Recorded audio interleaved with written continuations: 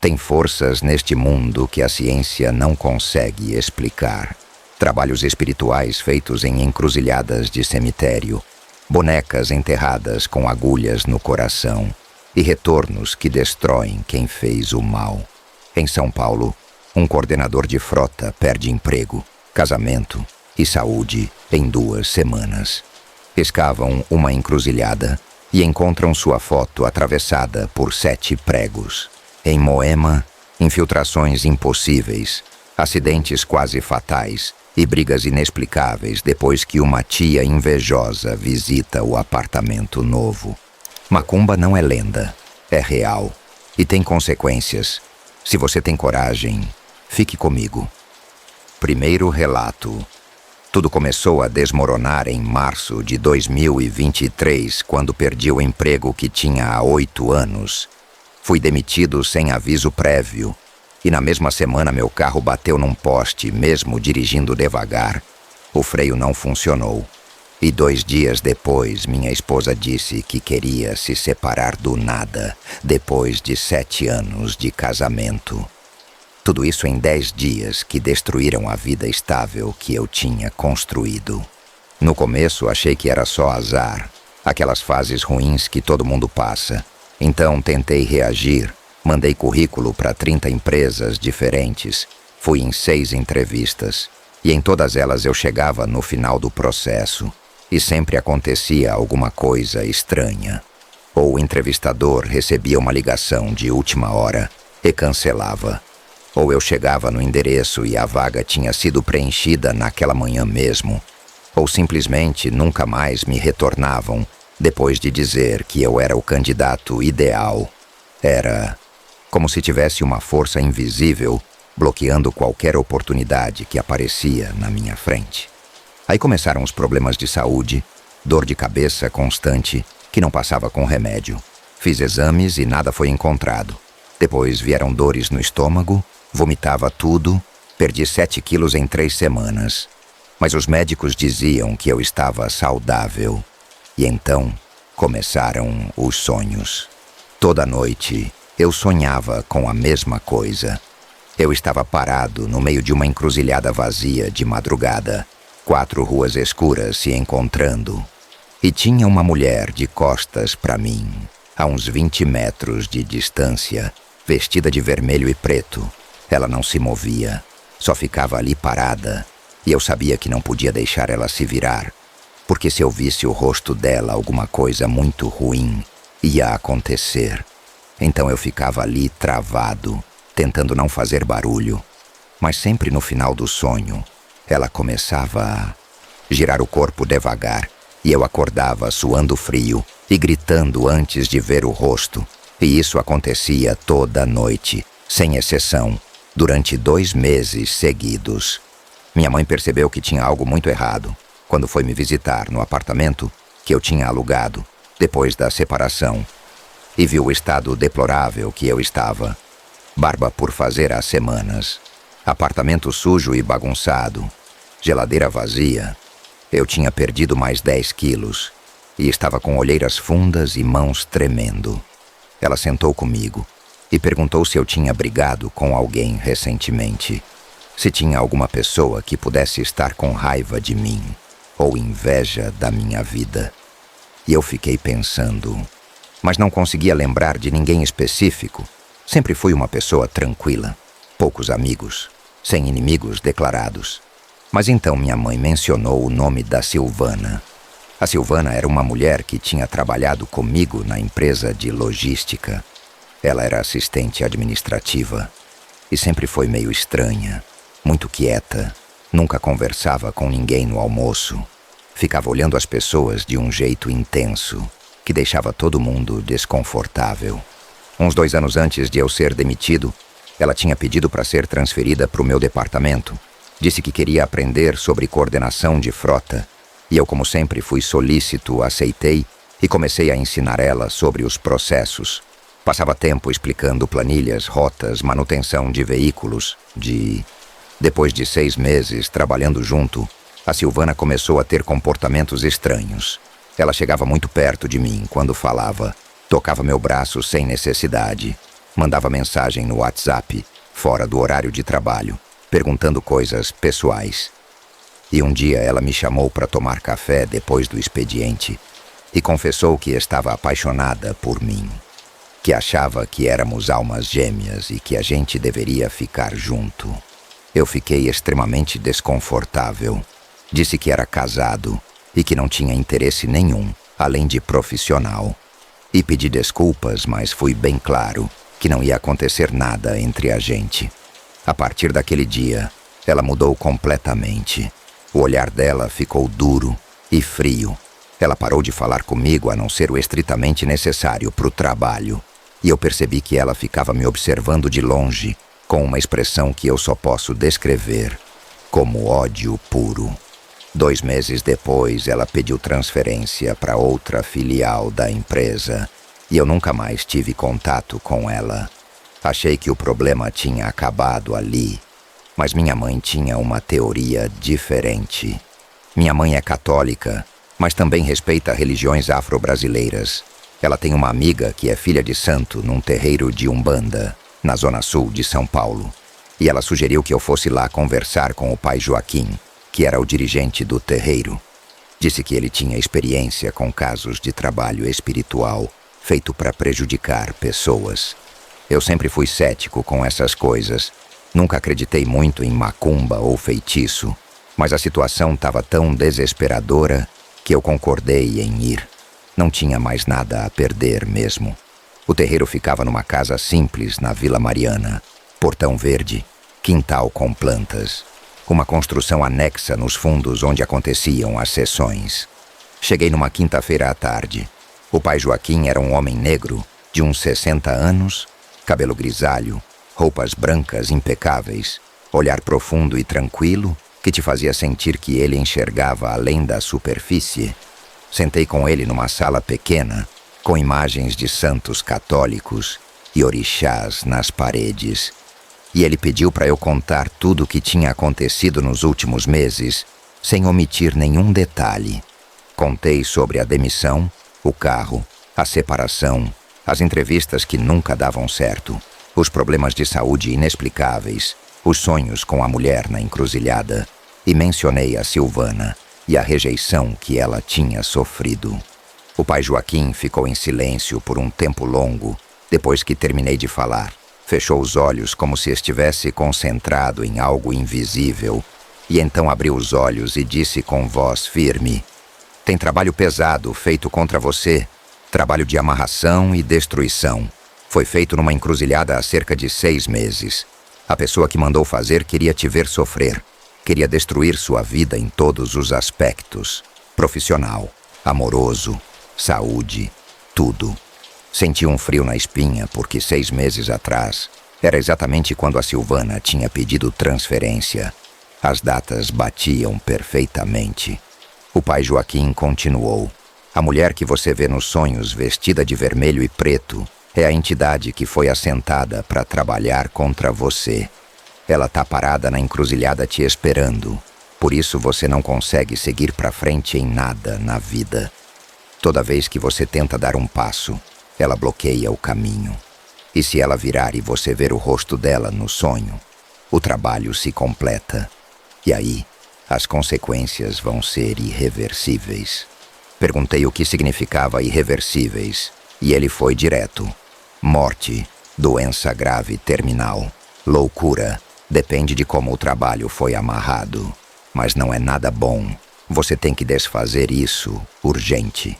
Ele explicou que precisava fazer uma consulta espiritual mais profunda através dos búzios, para ver exatamente que tipo de trabalho foi feito e qual entidade foi usada. E marcamos para 2 dias depois, numa sexta-feira à noite. Voltei na sexta às 8 da noite. O terreiro estava mais cheio, tinha umas 15 pessoas esperando atendimento. Mas o pai Joaquim me chamou primeiro. Me levou para uma sala separada onde tinha uma mesa coberta com toalha branca e os búzios espalhados em cima, velas acesas nos cantos, defumador com incenso forte, e ele começou a jogar os búzios fazendo perguntas para os orixás. A mão dele se movia rápido, lançando as conchas e lendo as posições que elas caíam, e a expressão dele ficou cada vez mais séria conforme o jogo avançava.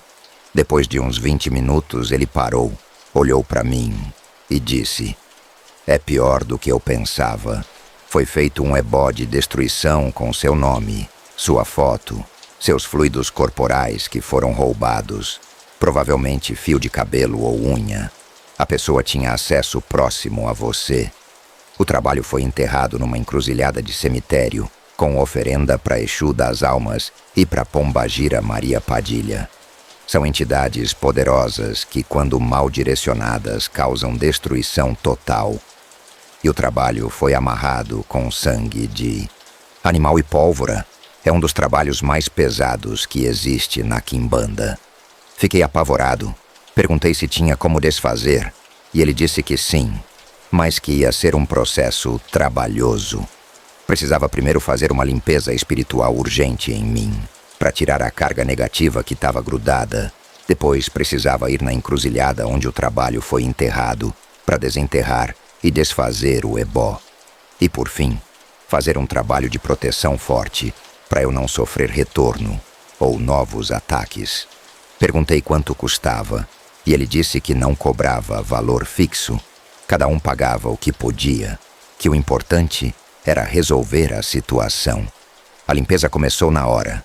Ele me levou para o quarto de santo, que era um cômodo pequeno, todo branco, com quartinhas de barro, imagens dos orixás, e uma bacia no chão, cheia d'água com folhas. Ele me orientou a tirar a camisa e ficar de joelhos na frente da bacia. Começou a cantar pontos em Yorubá com voz forte e ritmada, batendo palmas, e enquanto cantava ele pegava punhados de folhas molhadas e passava no meu corpo com força, na cabeça, nos ombros, nas costas, no peito, e eu sentia uma sensação estranha, como se algo pesado estivesse saindo de dentro de mim. Comecei a chorar sem controlar, lágrimas descendo sem parar, e ele continuava cantando e limpando, até que finalmente parou. Jogou a água da bacia no quintal e disse que a primeira etapa estava feita. No sábado seguinte, meia-noite, o pai Joaquim me levou numa van, junto com 2 outros filhos de santo, até uma encruzilhada específica que ele tinha identificado através dos búzios.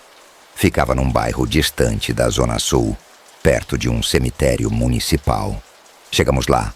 A rua estava vazia e escura, os postes de luz piscando, e no centro da encruzilhada tinha uma marca no chão, uma cruz riscada no asfalto que alguém tinha feito. O pai Joaquim acendeu velas brancas nos 4 cantos, começou a cantar pedindo licença para as entidades do local, e então com uma pá pequena começou a cavar a terra da lateral da encruzilhada. Depois de cavar uns 40 centímetros, ele encontrou. Era um embrulho de pano preto amarrado com cordão vermelho, pesado, fedendo a podre. E quando ele abriu com cuidado dentro, tinha uma foto minha que eu nem sabia que existia. Devia ser de alguma câmera de segurança da empresa. A foto estava atravessada por 7 pregos enferrujados. Tinha cabelo enrolado que eu reconheci como meu. Tinha pólvora, pimenta, terra de cemitério e um papel com meu nome escrito 7 vezes com tinta vermelha, que parecia sangue. O pai Joaquim rezou em cima do material, despregou os pregos um por um, queimou a foto e o papel, desfez todo o amarrado e enterrou cinzas junto com pemba branca e ervas de proteção, refazendo o trabalho, mas agora para defesa e não para ataque. Voltamos para o terreiro às 3 da manhã. Eu estava exausto, mas pela primeira vez em meses senti uma leveza no peito, como se conseguisse respirar fundo de verdade. O pai Joaquim fez um último banho de ervas em mim. Me deu um colar de proteção para usar escondido debaixo da camisa e me orientou a acender uma vela branca todo domingo por 3 meses, agradecendo a reversão do trabalho. Nos dias seguintes, as coisas começaram a mudar de forma quase imediata. A dor de cabeça que tinha há meses sumiu completamente no dia seguinte. Consegui comer sem vomitar pela primeira vez em semanas. Os sonhos com a mulher na encruzilhada pararam. Comecei a dormir a noite inteira sem acordar. E na segunda-feira seguinte, recebi ligação de uma empresa onde eu tinha feito entrevista 2 meses antes, dizendo que a vaga tinha aberto de novo e queriam me contratar. Comecei no mês seguinte com salário até melhor do que o anterior. Minha ex-esposa me procurou 3 semanas depois, dizendo que tinha repensado tudo, que queria tentar de novo, mas eu já não tinha mais interesse. Percebi que a separação tinha sido parte do trabalho também, e que talvez fosse melhor seguir em frente. Conheci outra pessoa 6 meses depois. Hoje estamos juntos e felizes. Quanto a Silvana, descobri por um colega da antiga empresa que ela tinha sido demitida por justa causa 4 meses depois de fazer o trabalho. Pegaram ela roubando dinheiro do caixa e que ela tinha desenvolvido uma doença de pele grave que deixou o rosto dela cheio de manchas e feridas. Dizem que é retorno de trabalho mal feito, que quando você manda fazer maldade para os outros e não é feito da forma correta, volta para quem mandou fazer multiplicado. Hoje eu acredito totalmente em trabalho espiritual, em macumba, em despacho, em tudo que antes eu achava que era superstição, porque vivi na pele os efeitos devastadores e também a salvação. O Pai Joaquim literalmente me salvou de uma destruição completa, e sou grato eternamente a ele e às entidades de luz que trabalham através dele. E aprendi que rejeição é parte da vida. Mas tem pessoas que não aceitam um não e são capazes de coisas terríveis para se vingar. Antes da segunda história, rapidinho, se você tem uma história sobre trabalho espiritual, macumba, inveja que virou maldição, manda. Sua história pode ser a próxima aqui no canal. E agora, a próxima história é sobre algo ainda pior: traição familiar. Segundo relato, minha tia Elaine sempre foi aquela pessoa da família a que reclamava de tudo. Vivia comparando a vida dela com a dos outros e achando que todo mundo tinha mais sorte, mais dinheiro, mais felicidade do que ela. Mas nunca fazia nada para mudar a própria situação. Só ficava ali remoendo inveja e amargura enquanto a vida passava. E eu nunca imaginei que essa inveja um dia ia se transformar em algo muito mais perigoso, direcionado especificamente contra mim. Eu sempre tive uma relação boa com ela. Quando era criança, ela era a irmã mais nova da minha mãe, só 8 anos mais velha que eu. Então crescemos quase como primas. Brincávamos juntas nos natais e aniversários da família. Mas conforme fui crescendo e construindo minha vida, comecei a perceber que ela sempre tinha um comentário negativo disfarçado, de preocupação sobre minhas conquistas. Quando passei no vestibular para Direito na USP, ela disse: mas USP é muito puxado. Você vai sofrer bastante. Quando me formei e passei na OAB, ela falou: advogada ganha pouco no início, não fica muito animada não. Quando casei com o Rafael, que é engenheiro civil, e ganha bem, ela comentou: casamento bonito, mas o importante é durar, né? Não adianta só festa, cara. Mas a inveja dela explodiu mesmo em 2022, quando eu e o Rafael compramos nosso apartamento próprio, num condomínio novo em Moema. 3 quartos, 2 vagas, área de lazer completa. Foi resultado de anos economizando e investindo bem o dinheiro dos dois. A gente sempre foi muito organizado financeiramente.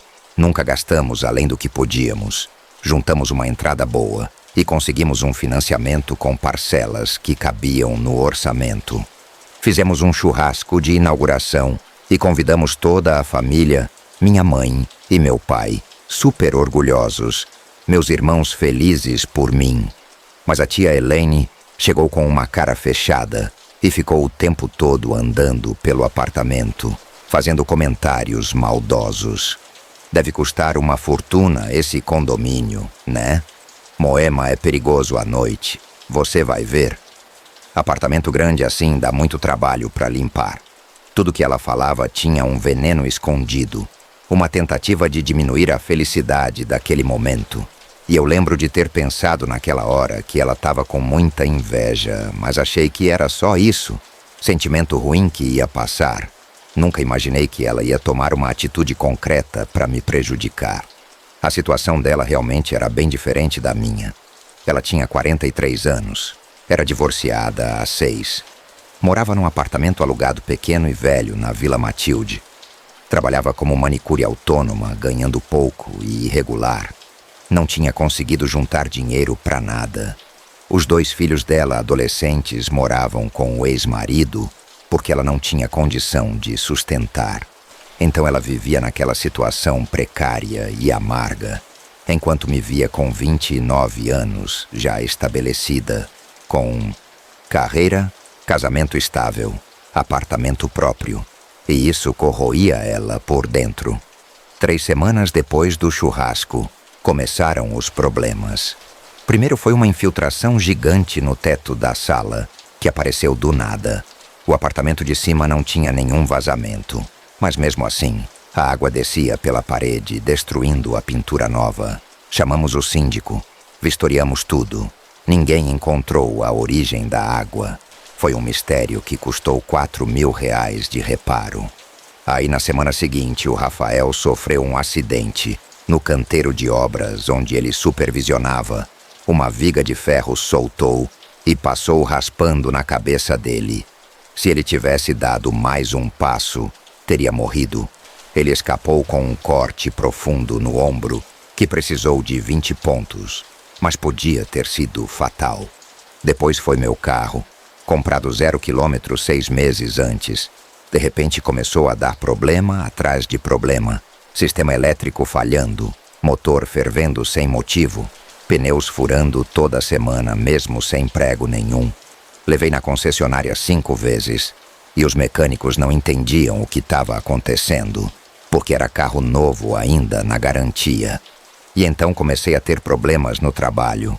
Sou advogada trabalhista num escritório médio e sempre tive ótima relação com os sócios.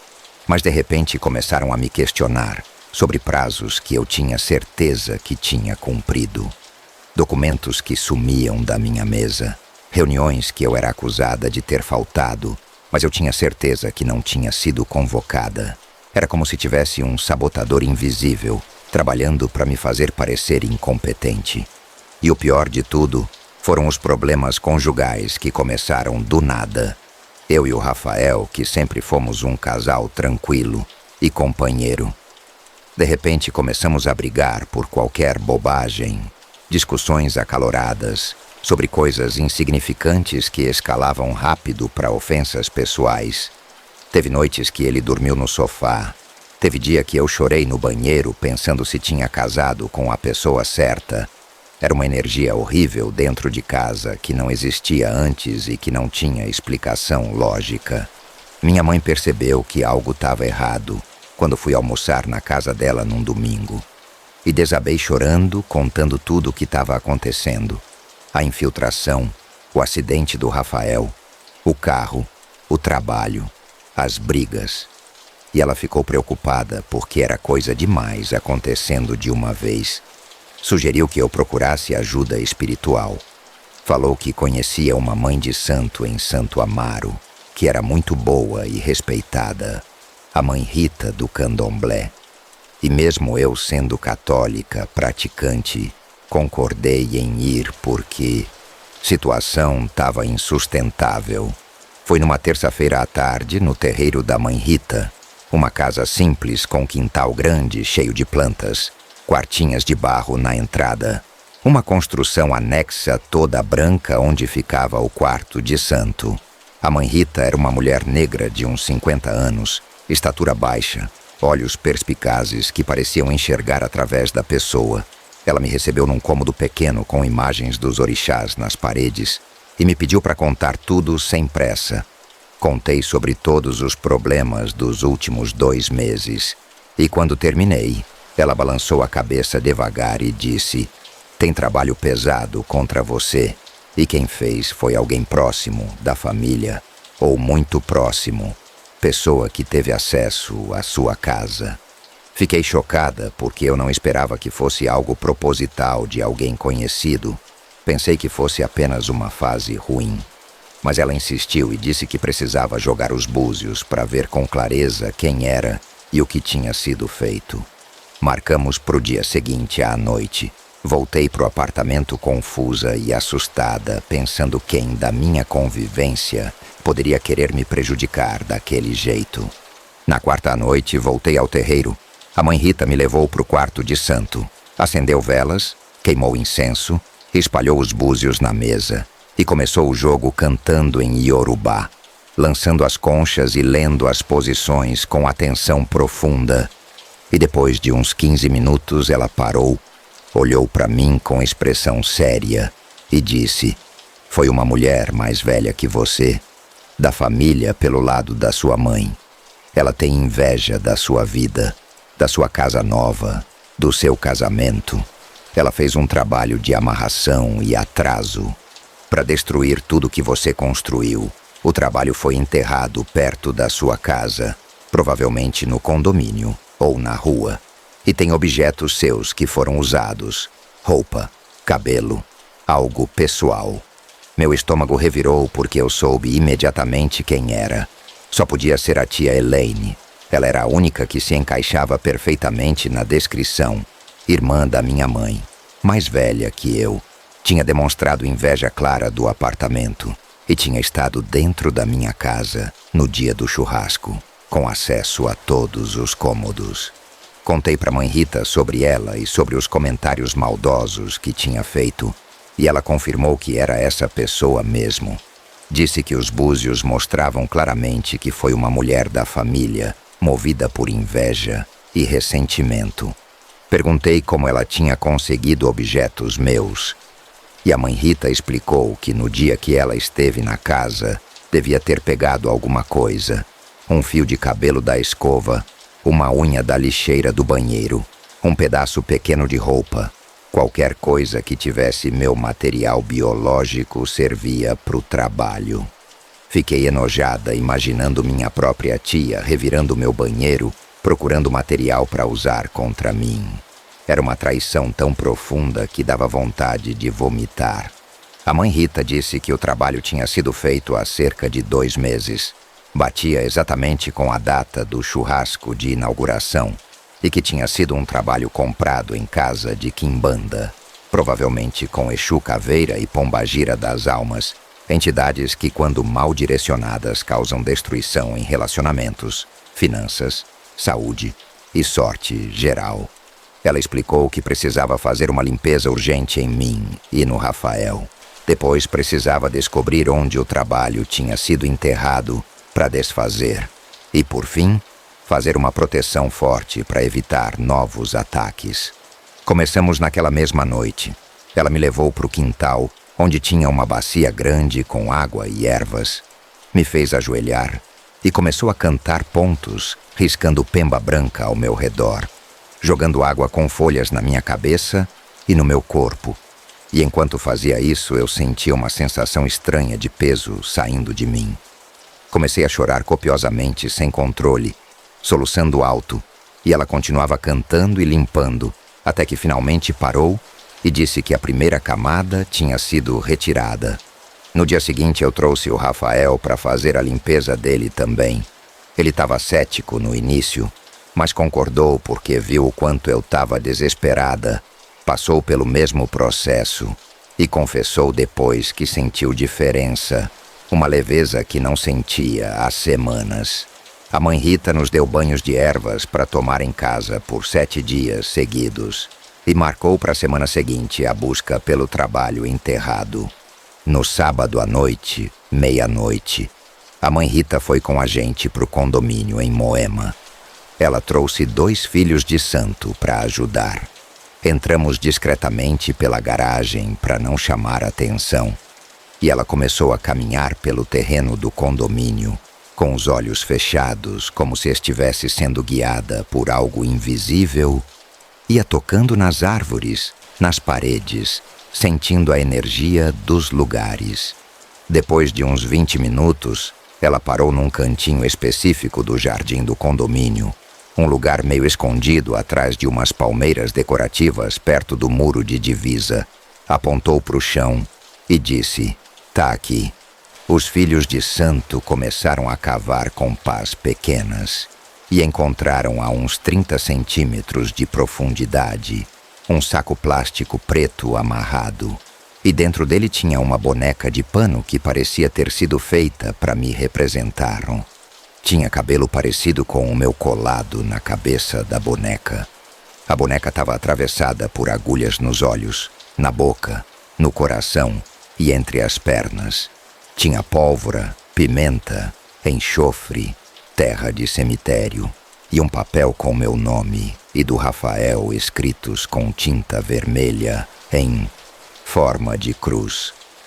A mãe Rita tirou as agulhas uma por uma, rezando, desfez a boneca, queimou os materiais do trabalho, purificou a terra onde tinha sido enterrado com água de cheiro e pemba branca, e enterrou de volta junto com cristais de proteção e ervas de defesa. Limpou toda a área cantando pontos de descarrego e fechamento e disse que o trabalho tinha sido desfeito, mas que a pessoa que fez ia sofrer retorno. Nos dias seguintes, as coisas mudaram drasticamente. As brigas entre eu e o Rafael pararam completamente. Voltamos a ser o casal companheiro que sempre fomos. A tensão horrível que estava dentro de casa sumiu. Os problemas no trabalho cessaram. Meus documentos pararam de sumir. Os sócios voltaram a confiar em mim e até me ofereceram uma promoção 2 semanas depois. O carro parou de dar defeito. Voltou a funcionar perfeitamente como carro novo deveria funcionar. E não tivemos mais nenhum acidente ou problema sério desde então. Quanto à tia Elaine, descobri por minha mãe um mês depois que ela tinha começado a passar muito mal. Desenvolveu uma úlcera no estômago que sangrava constantemente. Perdeu o apartamento porque não conseguiu mais pagar o aluguel e teve que ir morar num cômodo de favor, na casa de uma amiga. A clientela dela de manicure sumiu completamente de uma hora para outra, como se as pessoas tivessem combinado de parar de procurar ela. E para piorar, ela começou a ter crises de pânico e depressão severa, que a deixavam trancada no quarto sem conseguir sair. Minha mãe tentou ajudar ela, ofereceu dinheiro, comida, sugeriu que procurasse médico e psicólogo, mas a tia Elaine recusava tudo com raiva e amargura. Dizia que a vida era injusta com ela enquanto privilegiava os outros. Nunca assumiu responsabilidade por nada que fazia. Eu nunca confrontei ela diretamente sobre o trabalho. Não tive coragem e também não vi necessidade. O retorno espiritual já tinha feito a justiça que precisava ser feita. Hoje eu e o Rafael vivemos bem. O apartamento continua lindo e sem problemas. As carreiras dos dois prosperam. Estamos tentando ter nosso primeiro filho. E eu aprendi que inveja é um sentimento destrutivo, que pode levar pessoas até mesmo da própria família a fazerem coisas inimagináveis, e que o universo ou as leis espirituais sempre cobram de volta o mal que você faz para os outros. Ninguém escapa das consequências dos próprios atos por muito tempo. E aí, assombrosos, 2 histórias, 2 maldições, 2 retornos espirituais que provam que ninguém escapa das consequências. Se valeu a pena, deixa aquele like, se inscreve se ainda não é inscrito, ativa as notificações. Me conta, você conhece alguém que já foi vítima de macumba? E o mais importante, você respeita trabalho espiritual depois dessas histórias? Vamos conversar ali nos comentários. Um abraço e cuidado com quem você rejeita ou deixa com inveja. Até o próximo vídeo.